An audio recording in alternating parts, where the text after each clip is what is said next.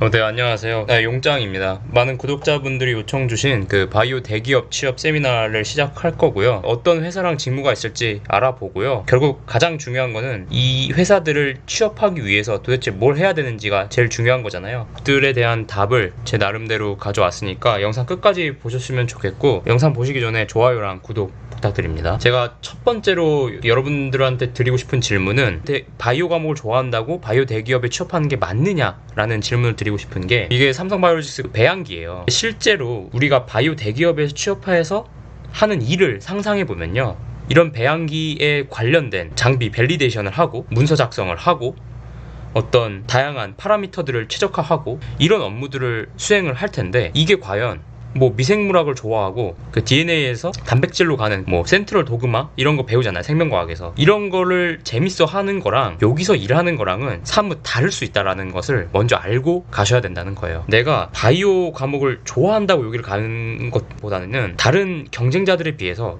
바이오 대기업에 취업할 역량이나 이런 것들이 우수할 때 가는 게 더 맞다고 생각을 해요. 뭐 이건 제 개인적인 의견이니까 뭐 참고해 주시면 될 것 같고, 이 세미나가 도움이 되실 분들 같은 경우는 일단 고등학생분들도 도움이 돼요. 고등학생분들의 목표가 의치 한약수일 거예요. 근데 의치 한약수가 좋은 이유가 여러분도 아시겠지만 수가 적어서 좋은 거거든요.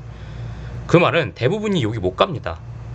그러면 이제 보통 생명공학과를 가게 될 텐데, 생명공학과를 어쨌든 가게 되면은 결국에 대학원 아니면 바이오 대기업 취업을 염두에 둘 거예요. 근데 대다수가 4학년 때쯤이면 대학원을 안 가려고 하거든요. 뭐 이유가 있겠죠. 뭐 이유에 대해서는 뭐 나중에 말씀을 드릴 텐데, 그러면 보통 이제 바이오 대기업을 염두에 둘 거기 때문에 고등학생분들도 그 본인의 미래를 알았으면 좋겠고, 생명공학과 학생들은 꼭 봐야죠. 생명공학과 학생들은 루트가 거의 바이오 대기업 아니면 제약회사이기 때문에 보시면 좋고, 나머지 생물과 걸쳐있는 과들도 보시면 좋겠습니다. 일단 크게 바이오 대기업과 제약회사로 나눴습니다. 그래서 이 두 개는 좀 성격이 달라요. 이 제약회사는 완전히 좀 생명과학 배우는 것과 유사하고요. 여기는 위치는 되게 좋은데 대학원을 졸업하고 가야 되는 경우가 많습니다. 직무기술서를 보면은 대부분의 메인 직무를 연구개발이고, 그것은 석사 이상의 학력을 요구하는 경우가 많아요. 오늘 말씀드리는 거는 학사 엔지니어로서 취업하는 바이오 대기업이고, 이 바이오 대기업에 대한 이해를 하기 위해서는 셀트리온을 이 어떤 회사인지 알면 되게 이해하기가 편해요. 셀트리온 간단히 살펴보면 우리나라가 신약 개발 이런 쪽이 약해요. 특히 미국이나 유럽에 비해서 굉장히 약하기 때문에 미국이나 유럽에서 특허가 끝난 그런 바이오 의약품을 복제해서 생산하는 바이오 시밀러 산업이 서정진 회장이 처음에 셀트리온을 우리나라에 도입을 한 겁니다. 근데 얘가 뭐 램시마를 FDA 승인을 받아서 팔게 됐는데 굉장히 잘 된 거죠. 그래서 이걸 보고 우리나라의 두 기업인 삼성과 SK가 여기에 끼어들게 된 거예요. 그래서 SK 바이오텍 바이오로직스라는 회사를 설립하게 됩니다. 그리고 얘네들이 잘 되는 걸 보고 또 다른 회사들도 대거 뛰어들었겠죠. 그러니까 이게 이제 보통 CMO 바이오 시밀러 산업을 말씀드리는 거고요. 마치 반도체에서 파운드리와 비슷하다고 보시면 돼요. 그래서 국내 다른 대기업들, 뭐 현대 롯데들도, 현대 중공업에서도 이런 바이오 관련된 것들을 새로 신사업으로 개척을 하고 있고, 고령화 패러다임에 걸쳐 있기 때문에 앞으로 우리나라에서 그 성장 가능성이 무궁무진한 산업입니다. 오늘은 여기 바이오 대기업 위주를 좀 알아볼 거고요. 이 말씀도 드리고 싶었던 게, 결국 의치한약수로 빠질 거, 그러니까 전문직으로 빠질 거나 아니면 스타트업 창업을 할 거 아닌 이상, 그러니까 대학원을 가가지고 내가 박사를 받아가 아니면은 결국에 대기업을 가는 루트가 많거든요. 그래서 대학생 때 나의 어떤 진로를 탐험하고 내 자아를 뭐 연구하고 뭐 이런 것도 하나의 방법일 수 있는데, 또 하나의 방법은 먼저 결국 우리가 대기업 취업을 할 것을 염두에 둔다면은, 빨리 이 영상을 봤다면은 먼저 그런 대기업들의 그 직무기술서를 먼저 보고 거기서 요구하는 역량들이 있잖아요. 그 역량들을 그냥 빨리 대학생 때 해치워가지고 졸업하기 전에 대기업 취업하는 게, 이것도 하나의 옳은 전략이라고 생각하거든요. 네, 그럼 바로 직무기술서 잡 디스크립션을 한번 봐볼게요. 얘가 이제 가장 많은 학생들이 선호하실 삼성바이오로직스의 공채 기술서고요. 보시면 잘 알겠지만 신입은 좀 이렇게 자세하게 안 써져 있습니다. 왜냐면은 애초에 학사 출신들을 대거 뽑은 다음에 이제 각 TO에 맞게 보낼 거기 때문에 좀 간단하게 나와 있고요. 각 분야가 어떤 일을 하는지를 좀 보려면은 이 뒤에 나오는 셀트리온이 더 자세하게 나와 있습니다. 이건 경력사원 잡 디스크립션이거든요.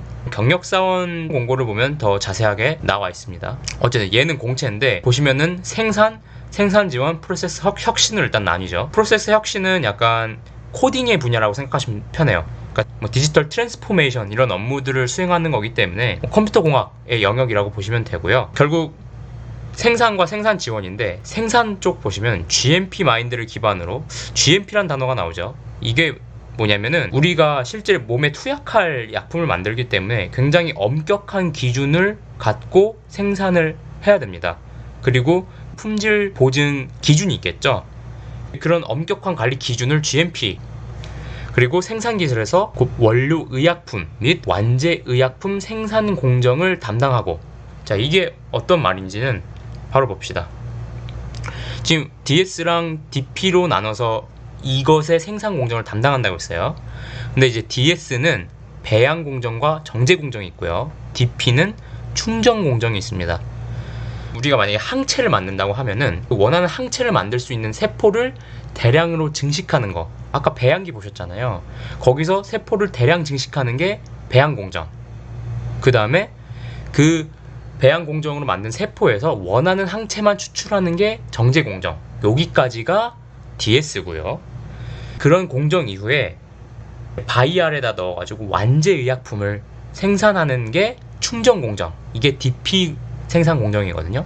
이게 셀트리온, SK, 삼성 뭐 다 똑같습니다. 그래서 그런 것을 하고 별 기술 이전 업무를 지원하는 업무도 하고요. 생산을 지원하는 생산 공정 장비 밸리데이션, 그 다음에 제조기로서 MBR 작성 및 검토 직무가 있다고 보시면 돼요. 여기는 CMO 쪽이고 이제 CDO 쪽도 있습니다. 근데 CDO는 위탁 개발이라고 생각하시면 되고 CMO는 위탁 생산이라고 생각하시면 돼요. 이 CMO에 대해서 조금 더 설명을 간단하게 드리면, CMO는 뭐 이런 것의 약자로 계약을 통해서 의약품의 제조 및 품질 관리, 이게 GMP 기준에 맞춰야 된다고 했어요. 전임상 등의 절차를 대항하는 것을 말합니다. 그러니까 예를 들어 삼바가 뭐 BMS를 CMO 한다는 거는 BMS가 이제 특허를 낸 그런 의약품이 있잖아요. 그것을 대신 제조 및 품질 관리를 해주고요. 제조만 해주는 게 아니라 그거에 대한 품질 관리를 해줘야 돼요. 전 임상 등의 절차를 모두 담당하는 게 CMO고 이걸 삼바에서 하고 있다는 거예요. CDO겠고 CDO는 이런 직무가 있다고 합니다. 그래서 실제로 면접 가면은 CMO랑 CDO의 차이점을 그냥 물어봐요. 제조 신입한 때.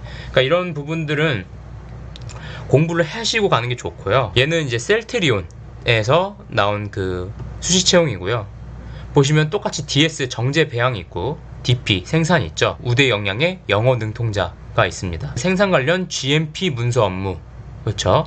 그다음에 세포 배양 단백질 정제 공정 운영 관리 및 개선. 그다음에 여기는 완제 공정, 충전 공정을 완제 공정이라고 하고 GMP 문서 관리, 그러니까 GMP 문서를 관리하는 게 업무라고 볼 수가 있죠.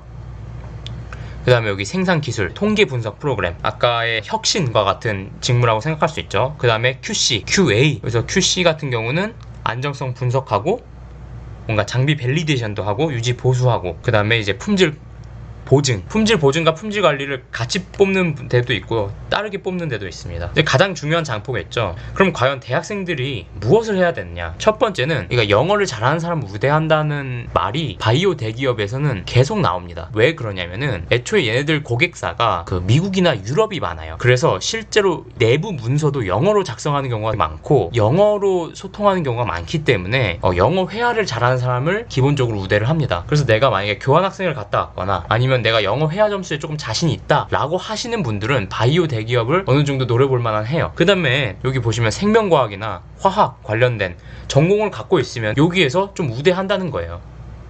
그래서 이런 부분 한번 체크를 해보시고, 두 번째는 대부분 생명공학과 학생들이 여기를 선호합니다. 그렇기 때문에 실질 경쟁률이 높거든요. 그래서 학점 관리를 잘 해주셔야 돼요. 왜냐면 사람들이 몰리기 때문에 스펙이 상향 평준화됐기 때문에 그렇다는 것이 추측할 수가 있고요. 근데 아까 보시면 계속 GMP라는 용어가 나오잖아요. GMP 관련된 교육이 되게 많아요. 그 네이버에 그냥 GMP 교육 쳐시면은 여러 가지가 나오거든요. 거기서 뭐 무료든 유료든 증명 가능한 수료증이 나오는 그런 것들을 취득하신 다음에 이력서나 뭐 자소서에다가 지원 동기를 어필을 할 수가 있겠죠. 내가 이 분야에 이렇게 관심이 많아가지고 나는 GMP 들었다. 그리고 수료증을 땄다. 그 다음에 바이오 공정에 대한 지식을 배양을 해야 되는데 이게 사실 생명공학과에서 배우는 지식들이랑은 조금 거리가 있고요. 그 화학생물공학과, 화학공학과에서 생물 공정 쪽으로 응용을 하면은 생물공정공학이라는 분야가 있습니다. 배양, 정제 이런 걸 배우거든요. 그래서 이런 과목을 수강하시고 좋은 학점을 받으면 여기서 이제 프로젝트를 하시면은 더 좋겠죠. 이러면은 직접적으로 자소서에서 어필할 수가 있을 겁니다. 그 DS에서 그 배양 공정이 있고 정제 공정이 있다고 했잖아요. 그 각각에 대한 학부 연구생 랩실에 들어가는 거예요.